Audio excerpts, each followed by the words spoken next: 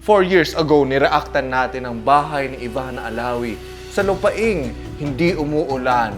And today, ngayong araw, re-reactan natin ang bago niyang bahay. Kung papasa nga ba ito sa mata ng isang taong laging nauulanan kasi late sila mag-announce na wala palang pasok. Dati nung bata pa ako. Finally! Ipapakita ko na sa inyo ang aking bahay. So for today's video is isa sa mga pinaka-nire-request nyo ang aking house tour. So matagal ko na pinag-isipan kung mag-house tour ba ako o gagawin kong private yung house. Pero napag-isip-isip ko, I think dahil sa sobrang dami nyo na nagre-request, house tour ko na kayo. I like their furnitures. Mukhang mamahalin, my dudes. I'm not gonna lie. Parang, designer furnitures ang mga itech. Lalo na itong mukhang luya, chair thingy, may bola na naka-chain. Looks expensive. Now, ang isa ko napansin dito, pagkabungad sa kanilang bahay, ay yung stairs nila, Ma'am Ivana. So, dito sa stairs, yung pinaka-distinct feature niya ay yung glass na railing, which usong-uso to ngayon sa mga modern na houses, yung glass railings. Now, there are 3 ways you could do glass railings. Yung ginawa nila dito ay yung tinatawag natin na stand-off railing. It is called that because kung makikita natin, dyan meron tayong parang mga bilog-bilog na cylinders and ang tawag dyan ay stand-offs. And basically, yan yung humahawak dun sa glass railing natin para hindi siya malaglag. Now, maliban dito, meron tayong tinatawag natin na inset glass railing or dadod glass railing yung tawag dyan. And meron din tayo yung clamped glass railing kung saan naka-clamp naman siya tulad nito. Dapat mag-invest ka sa magagandang mga furniture na tatagal talaga. Simulan muna natin sa isa sa pinaka-favorite piece ko dito sa aking living area. Ito! So, ito na nga ang isa sa pinaka-favorite kong piece. This is called the Mama Chair. Pinag-isipan ko talaga kasi ang mahal niya. Parang 600,000 to. It's a statement. So,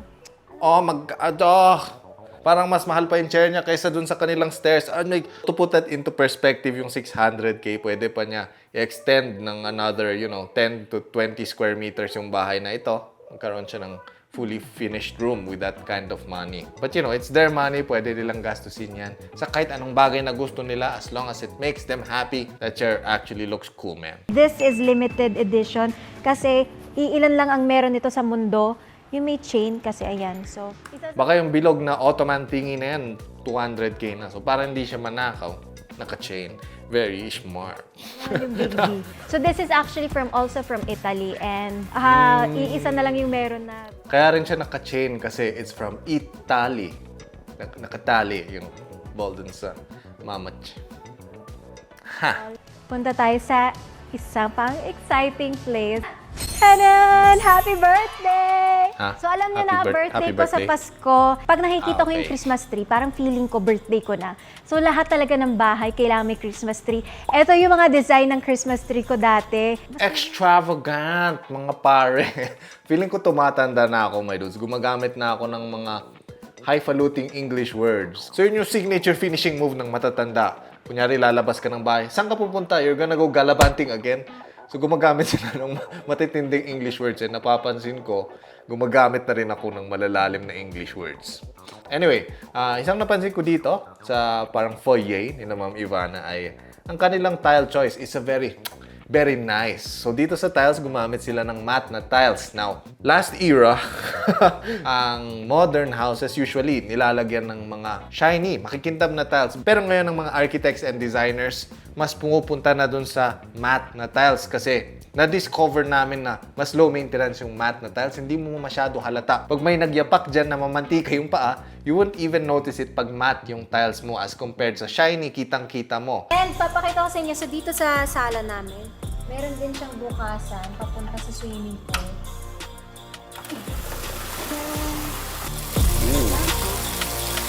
Nice. May koi pan sa tabi ng kanilang living room. Let us see. Okay, so mukha siyang mag-extend pa papunta dun sa entrance, which is, some say na good luck na meron kayong koi pan malapit dun sa entry ng bahay nyo. It brings luck. But you know me, I don't need luck. May luck na yung pintuan ko. Yung luck.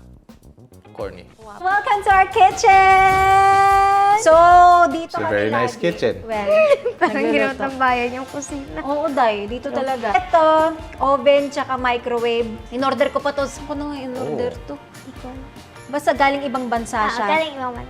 Okay, so they have the very expensive kitchen appliances. So, itong specific brand na ito, Miele. Noong una ko nakita to, nahirapan ako i-pronounce yan. Ate, magkano yung Miele? And then she was like, It's Miele from Germany. so I'm guessing, in-import nila ito from Germany. Now, isang napansin ko dito sa kanilang kitchen countertop ay matte ulit siya. So kung hulaan ko itong countertop, I'm guessing yung material nito is either natural na granite or sintered stone siya. Kasi yung quartz, usually, hindi kaya yung ganito kagaganda ng mga patterns. As you can see right here, yan, ang ganda ng pattern niya. Very natural looking.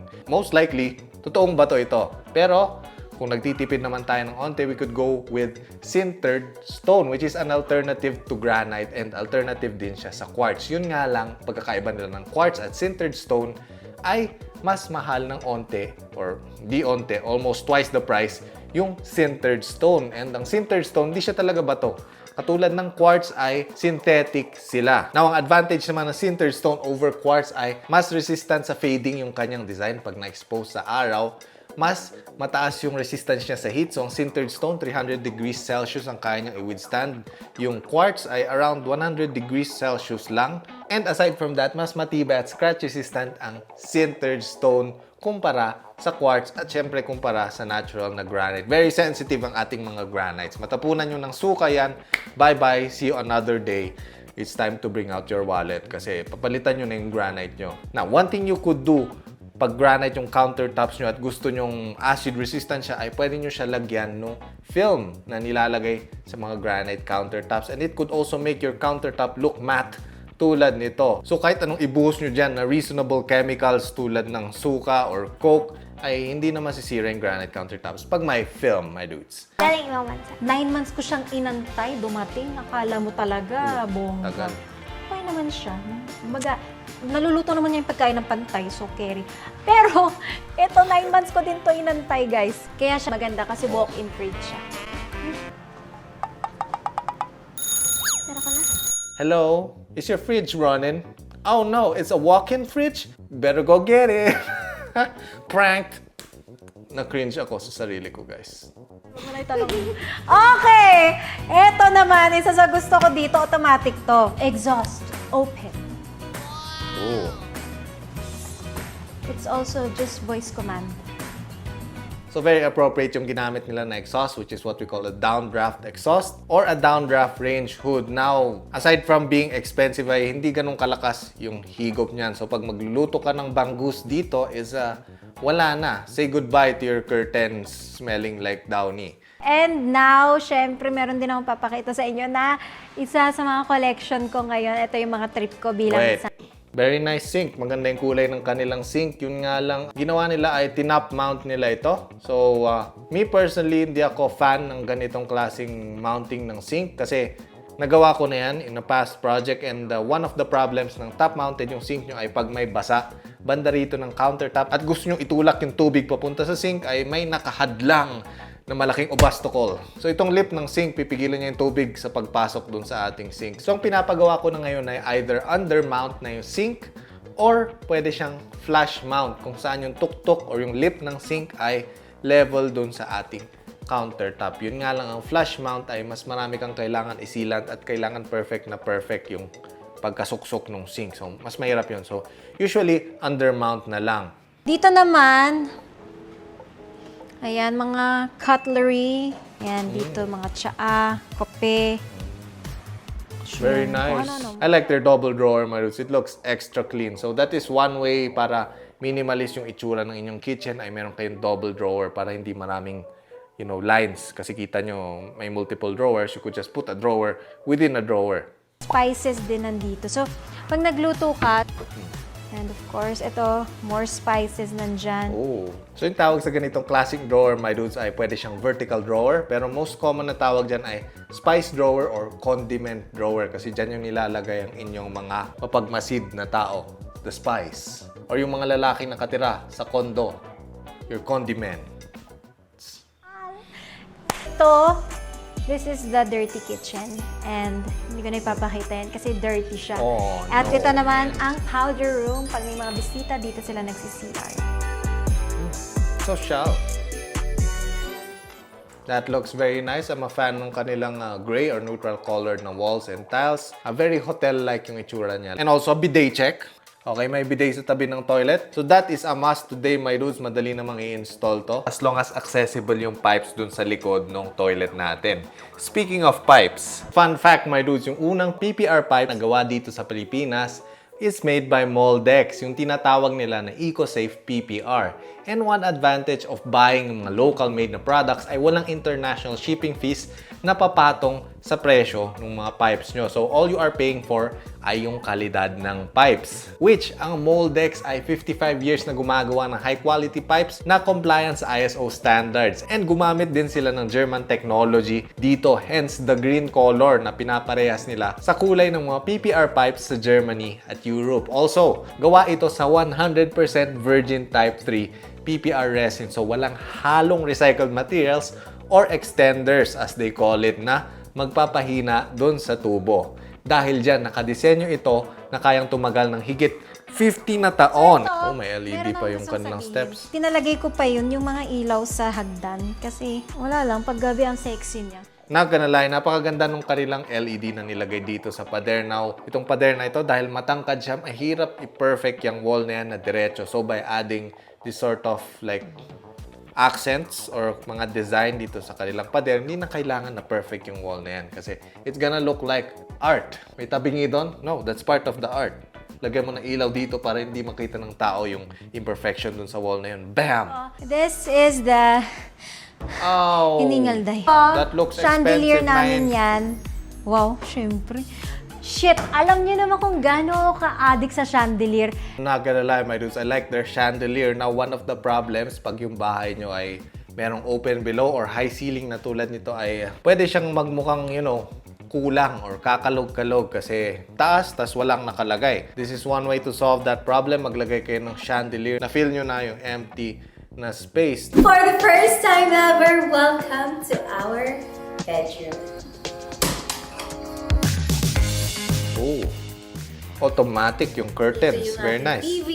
At sobrang laki siya kasi gusto ko parang ako nasa sili. Kaya ganyan siya kalaki. Ito naman yung ating bed. And of course, ever since day one. I like the bed. Actually, maganda yung pinili nilang bed. Bagay na bagay siya dun sa color scheme. Meron lang ako isang comment, my dudes. Anong nangyari dito sa kanilang aircon, Ma'am Ivana? What happened to the aircon? Bakit hindi siya nakagitna?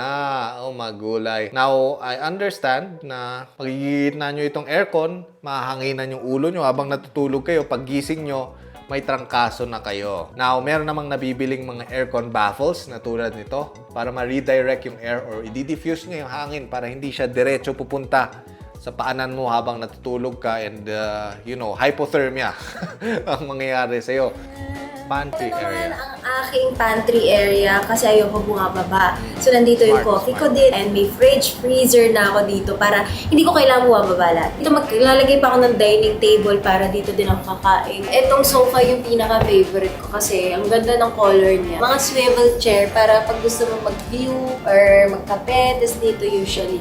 Wala lang. Gusto ko siya kasi may ikot-ikot. Pwede ka mag 360 degree dance. Grabe. That's actually smart para hindi ka nabababa sa kitchen. May isa lang ako napansin is they have this Hufflepuff unan dito and I'm guessing dito Hufflepuff or Harry Potter related. Mukhang siguro Hermes to. Let us see how much is this pillow. Nagkamali ba sila sa decimal point? Itong pillow na ito may $790. Yung unan, may dalawa sila dito. Halos 100k na yan. Tapos nakita ko dun sa living area nila, meron din dalawa. 200 for the pillows. And then itong labubudal, mukhang mahal din. So, hindi ko na i-research. Baka ma-depress lang ako lalo. Sana! May full-size mirror din tayo dito. Para kung nakubad ka,